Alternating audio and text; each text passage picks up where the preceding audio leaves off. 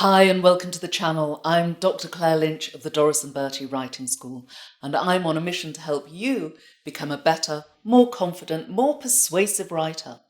And today I want to talk about how you can become that kind of writer by writing with rhythm. Now, rhythm is all about pace. It's about keeping your audience reading. It's about making your writing flow like music and not tripping up your reader with clunky, hard-to-read prose. There are many ways to put a little rhythm in your words, but in this video I want to focus on 5 things you can do today. So let's dive in right away and start with tip number 1. Don't overuse adjectives or descriptive words. Too many descriptive words, especially if they're squished together before a noun or a thing word, can make your text sound clumsy, slightly desperate, and impossible to read. For example, I recently read about an event that billed itself as a programme of talks with renowned local and international inspiring and creative architects. That's 5 adjectives crammed into a tiny space. Renowned, local, international, inspiring, and creative. Phew, that was a lot of description to get through, wasn't it? And to get through before we even learned who or what it was that was being described. Would you actually have had the energy to attend that event after ploughing through that super congested sentence? Every added descriptor is like a little verbal hurdle for your reader to jump. So don't do what that writer did and don't go overboard with adjectives. Tip number 2, watch your nouns. As with adjectives, a series of nouns or thing words coming one straight after the other will also interrupt the flow of your prose, killing your readability. And often it's easy to fix a long, turgid noun phrase by simply adding a preposition. Take a look at this phrase. Our lung health promotion strategy.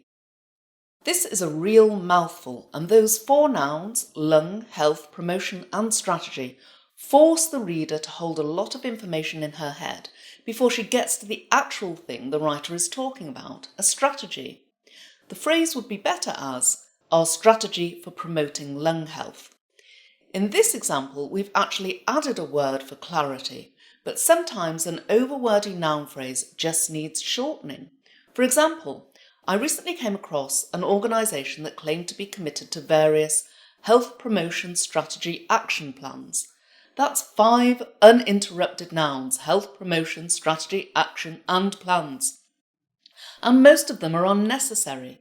Is the organisation strategising or planning or taking action? Whatever they're doing, they're certainly not trying to sound pleasing to the ear. It would be much clearer and easier on the ear to pick one and make the whole thing sound less nouny. How about our strategy for promoting health? I guarantee the vast majority of readers would have got trapped and tripped up in that stodgy, noun-heavy, bureaucratic language we've just seen about strategy, action, plans. But it's something the writer could have avoided if they'd followed my tip number 3. Read your writing aloud. Writing rhythmically is all about your ears, and the only way to hear if you've got the rhythm right is to hear it. When you read your words aloud, those unnecessary adjectives, those clunky groups of nouns that looked okay on the page will scream out at you to be fixed. Another thing that will scream out to be fixed is unresolved phrases. And that brings me to tip number 4, end on a long note. Like a piece of writing, a piece of music is made up of phrases, shorter, distinct units that make sense individually as well as in the context of the whole piece. Here's an example of a famous musical phrase.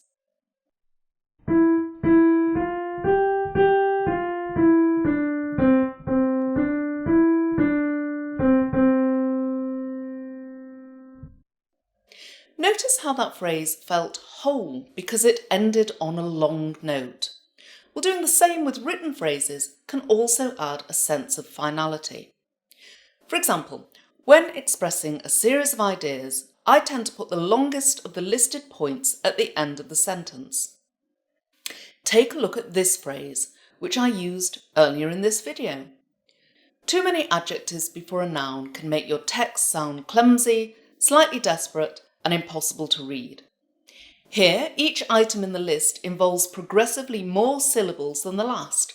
Clumsy has 2 syllables, slightly desperate has 4, while impossible to read has 5. Reorder the ideas and the phrase sounds much less harmonious and flowing. Too many adjectives before a noun can make your text sound slightly desperate, impossible to read, and clumsy. Because it ends on a long note, the first version sounds more satisfying. So knowing when to end on a long note and when not to is the sort of thing a competent writer almost does instinctively, and something less experienced writers perhaps don't even notice. But as with music, practice can help you develop a good ear. In the meantime, keep an eye out for lists in your writing and make sure the longest note in the list comes last. Did you notice in my list of reasons to avoid too many adjectives before a noun, I cited 3 effects. It could make your text sound clumsy, slightly desperate, and impossible to read. Well, that brings me onto my next tip for more rhythmic writing.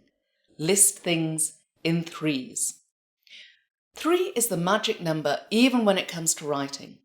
For example, the number 3 can really pack a punch when writing a memorable slogan, as in, "A miles a day helps you work, rest and play," or the Olympic slogan, "Faster, higher, stronger." Writing in 3s gives your writing balance and rhythm, and most importantly, it makes it easy for your reader to read. It's worth checking out my video called The Rule of Thirds to find out all you need to know about applying the number 3 to your writing. I'll leave a link in the description box below.